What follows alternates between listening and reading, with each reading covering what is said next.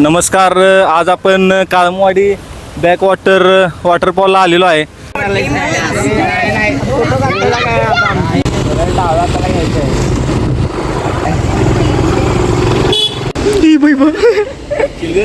ते ट्रेक करून ते थोडंसं डेंजरस पण असू शकतं. त्यांनी आपल्याला खाली उतरायचं आहे आणि सुंदर निळशार आणि क्लीन वॉटर दिसत असतं.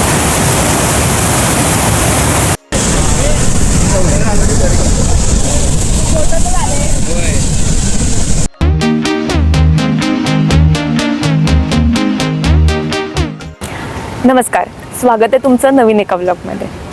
आज मी थोड्या एका वेगळ्या विषयाबद्दल बोलते. पावसाळ्यात बरेचसे असे ठिकाणं असतात म्हणजे गडकिल्ले जे आपण बघायला जाऊ शकतो, कारण पावसाळ्यात निसर्गच तेवढा सुंदर असतो.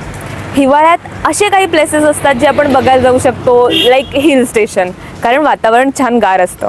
पण उन्हाळा हा एक असा सीझन आहे की आपल्याला घरातनं बाहेर पडणंच नको वाटतं, का तर उन्हाची लाही होते, खूप रखरखी असते. तर उन्हाळ्यात फिरण्यासाठी मी तुम्हाला एक छानशी जागा सांगणार आहे.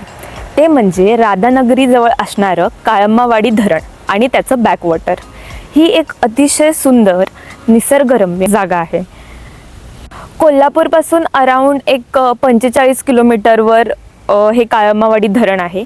हे धरण म्हणजे जेव्हा आपण ते बघतो तेव्हा बऱ्यापैकी समुद्रच असा वाटेल आपल्याला, एवढं खूप जास्त पाणी आहे तिथे.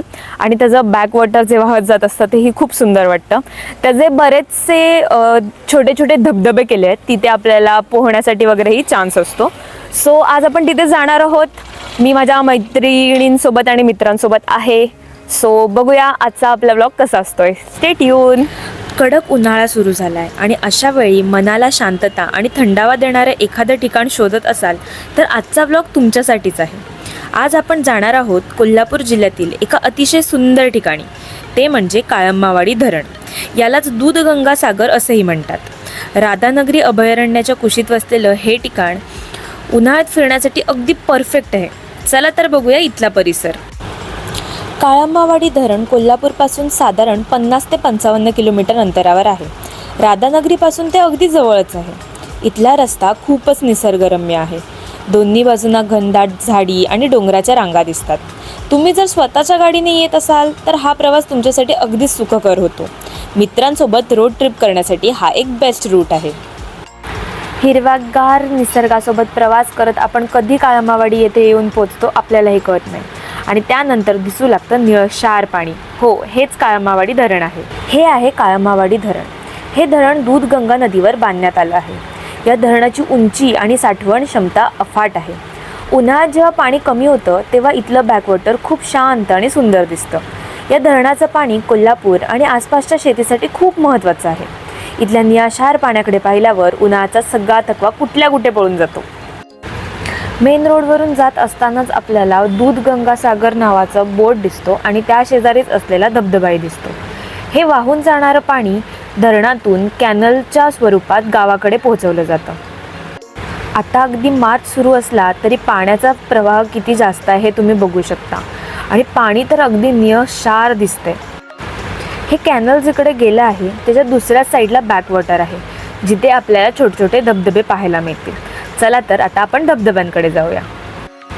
मेन रोडपासून कच्च्या रोडने आतमध्ये गेलो की तिथे कॅनलचं पाणी अडवलेलं आपल्याला दिसतं. तिथेच हे धबधबे तयार झालेले आहेत. आणि पाण्याचा प्रवाह इतका जास्त होता की ते बघूनच भीती वाटत होती. भर दुपारी 12 वाजता तिथे पोचले असल्याने फक्त पाणी बघूनच मनाला गारवा मिळाला.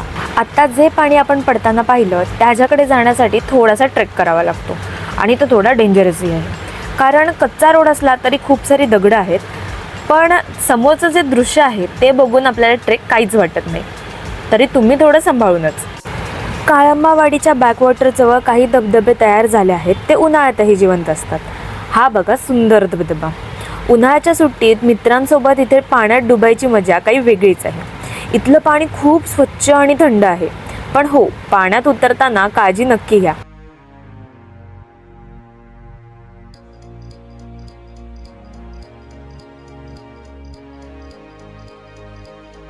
मेन रोड जो गेलेला आहे तिथनं जो कच्चा रोड आहे त्यातून जेव्हा आपण आतमध्ये येतो त्यानंतर पूर्ण डोंगर आहे आणि त्यातून अगदी छोटंसे एक गल्लीसारखं आहे की आपल्याला जे ट्रेक करून ते थोडंसं डेंजरस पण असू शकतं.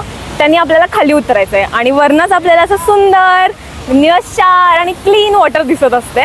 त्यानंतर आपल्याला थोडंसं ह्या साईडला वॉटरफॉल दिसतो आणि ते येण्यासाठी आपल्याला वरनं कुठेही चान्स नाही आहे. आपल्याला जे पाणी दिसतंय त्याच्या कडेकडेनी अगदी जपून, कारण शैवाल असल्याने आणि बरेचसे खडकं असल्यामुळे आपल्याला सांभाळूनच इथे यायला लागतं.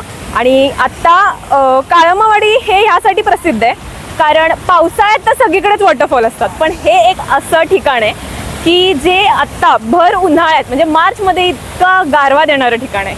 यू मस्ट विजिट दिस. पडणार रे मग. हे बाबा तेवढा कसं राहील. अरे अंतरा ये कोण आहे? ए गबरे पडलं.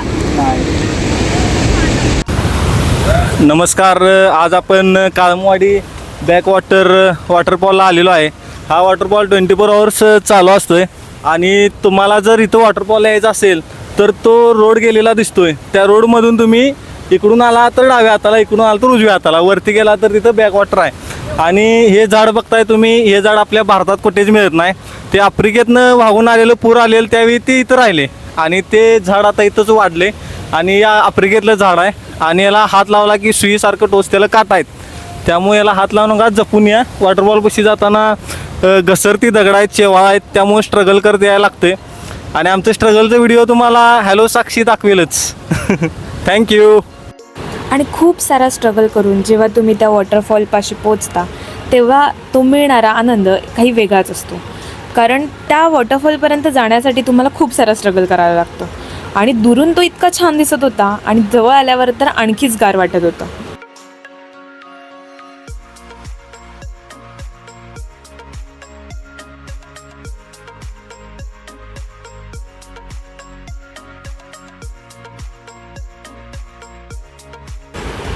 आणि त्यानंतर आम्ही त्या पाण्यात खूप वेळ खेळलो, मजा मस्ती केली, रील्स बनवल्या, एकंदर खूप मजा आली. कोल्हापूरच्या जवळ असूनही हे ठिकाण अजूनही खूप शांत आहे. तुम्हीसुद्धा तुमच्या मित्रमैत्रिणींसोबत किंवा फॅमिलीसोबत इथे नक्की भेट द्या. हा व्हिडिओ आवडला असेल तर लाईक करा, तुमच्या मित्रांसोबत शेअर करा आणि आपल्या चॅनलला सबस्क्राईब करायला विसरू नका. तर हा होता आजचा व्लॉग तुम्हाला कसा वाटला हे नक्की कळवा. आणि या उन्हाच्या रखरखीत एक दिवस शांततापूर्वक घालवायचा असेल तर काळमावाडी धरण आणि तिथलं बॅकवॉटर याला नक्की भेट द्या. थँक्यू. भेटूया पुढच्या व्लॉगमध्ये.